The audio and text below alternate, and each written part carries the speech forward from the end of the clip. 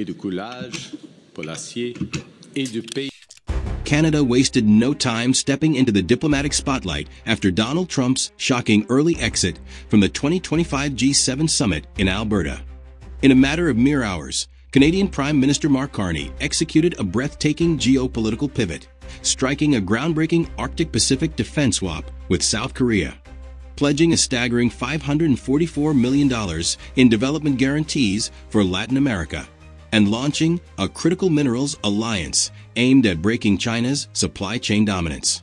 While the U.S. delegation was still reeling from Trump's erratic behavior, Carney was already redrawing the global power map.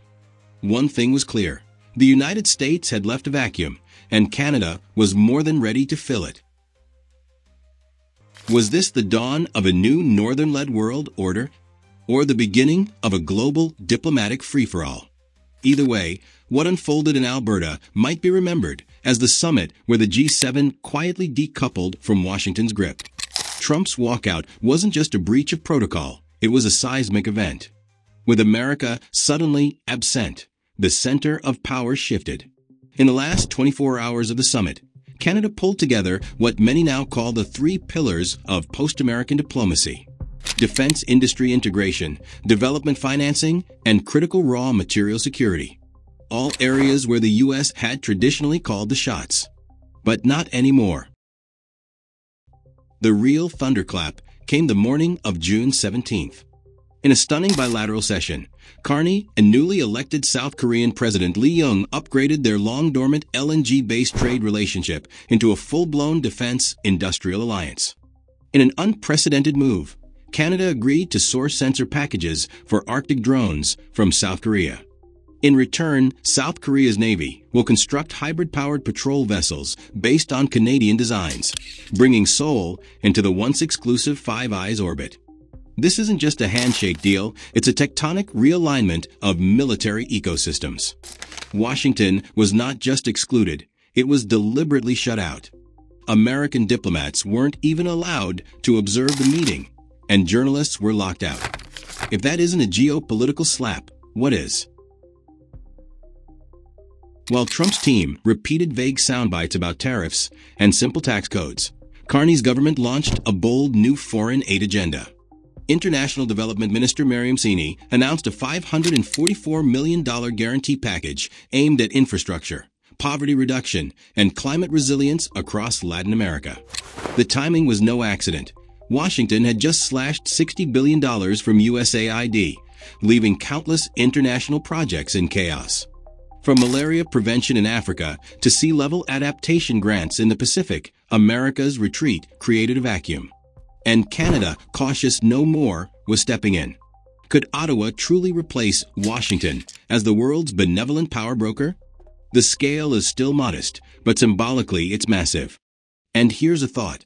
What if Latin America starts looking north, not to the U.S., but to Canada for stability and development financing?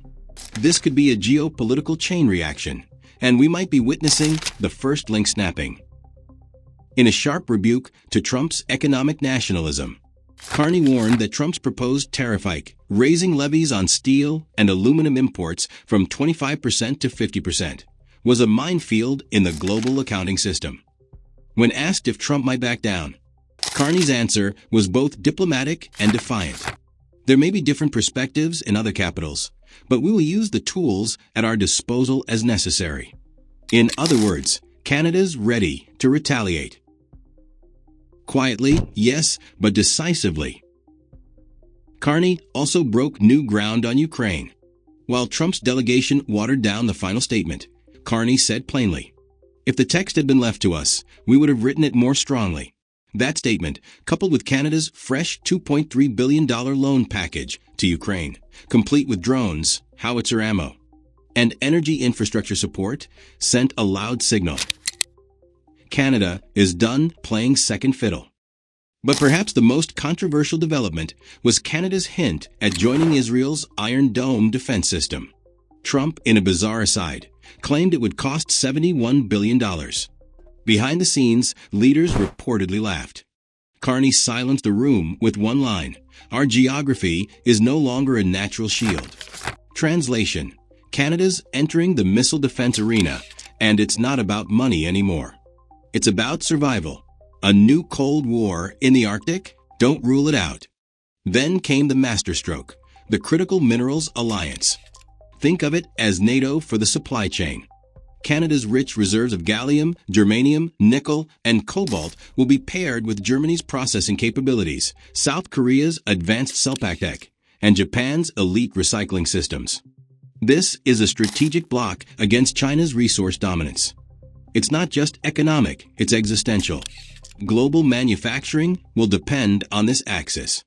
Meanwhile, AI and quantum data protocols also took center stage.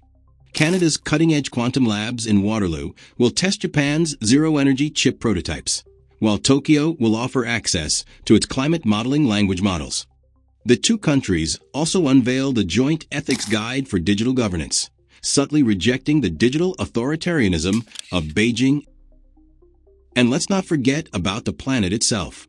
Climate change and the haunting memory of Canada's 2023 wildfire catastrophe, 18 million hectares scorched, brought real urgency to the table.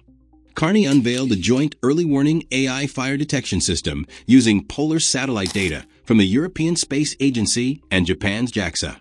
This isn't just about fires. It's a preview of a disaster alliance that doesn't wait for U.S. permission to act. Throughout the summit, Carney struck a tone far removed from the Reagan-era free market rules mantra. Nostalgia is not a strategy, he declared. A jab at Trump? Absolutely. He added, complexity is often system awareness. A dagger in the heart of Trump's make it simple dogma. What does this all mean? For one, Canada's risk guarantee model, funding Latin American wind farms, cocoa processors in Colombia, and climate insurance in Honduras, is shaking up global development finance. It may not match the $60 billion hole left by USAID, but it introduces a whole new paradigm. Medium-sized nations, armed with strategic vision, can now challenge the old giants.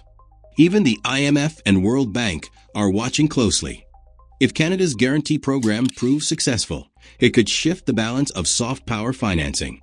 Both the EU and Japan are already considering similar mechanisms. The stage is being set for a new development financing model, less reliant on cash handouts, more focused on long-term resilience and investment guarantees. And hovering over all of this? A growing recognition that America may be drifting out of alignment with the rest of the G7. Trump's chaotic diplomacy, spontaneous tariff proposals, and sudden flirtations with Russia and China have galvanized the other 6 nations. The Alberta summit wasn't just a meeting, it was a test. And the rest of the G7 passed. Together, without the U.S.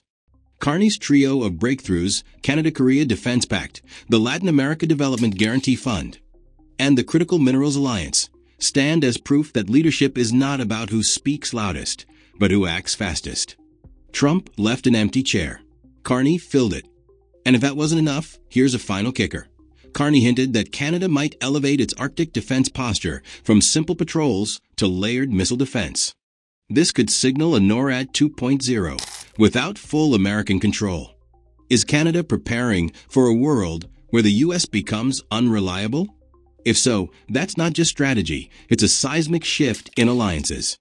As reporters packed up, one whispered, "When the corners are empty, the midfielders take the ball." Canada just proved that it knows how to dribble, pass, and score, all while the U.S. was still arguing over the rules. We may be entering the multi-magnet era, where Washington is just one pole among many.